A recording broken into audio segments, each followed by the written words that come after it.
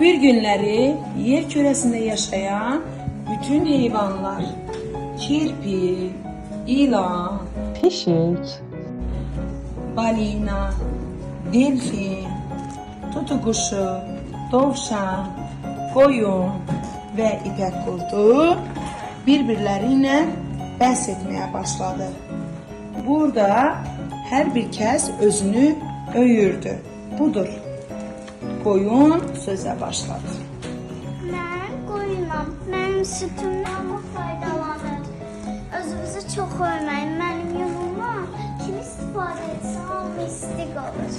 Özümü də çox öyülmə. Mən tutuquşuyam. Mən insanların əsl dostuyam. Mənim gözəl qanadlarım var. Mənim cürbəcür rənglərim var. Tutuquşu, sən özünü niyə öyürsən? İnsanların ən yaxın dostu mənəm. Hər kəsi xilas edirəm. Yanğın söndürənlərin, polislərin köməkçiləri mənəm.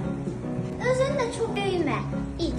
Çünki mən ən gözəliyəm, ən yaxşısıyam. Mənim cürbəcür rənglərim olur. Boz, ağ, sarı, narıncı və s. Mən hər evdə olmalıyam. Çox evdə də varam. Çünki evin mənfi enerjisini özümə çəkirəm. Pişik, çox da özünü öymə. Mənim tüklərim yumuşaqdır. Sürətim saatdə 50-70 kilometr çatır.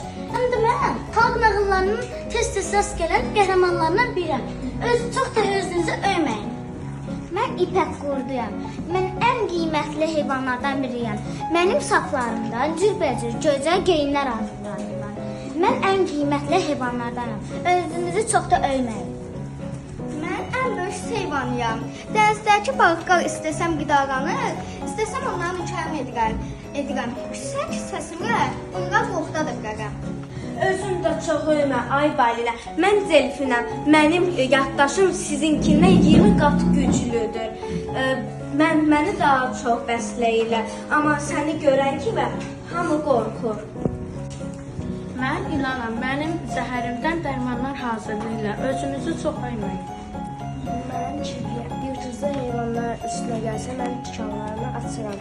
İnsanlar mənim ətimi yeyəndə sağalırlar. Siz nə üçün dalaşırsınız?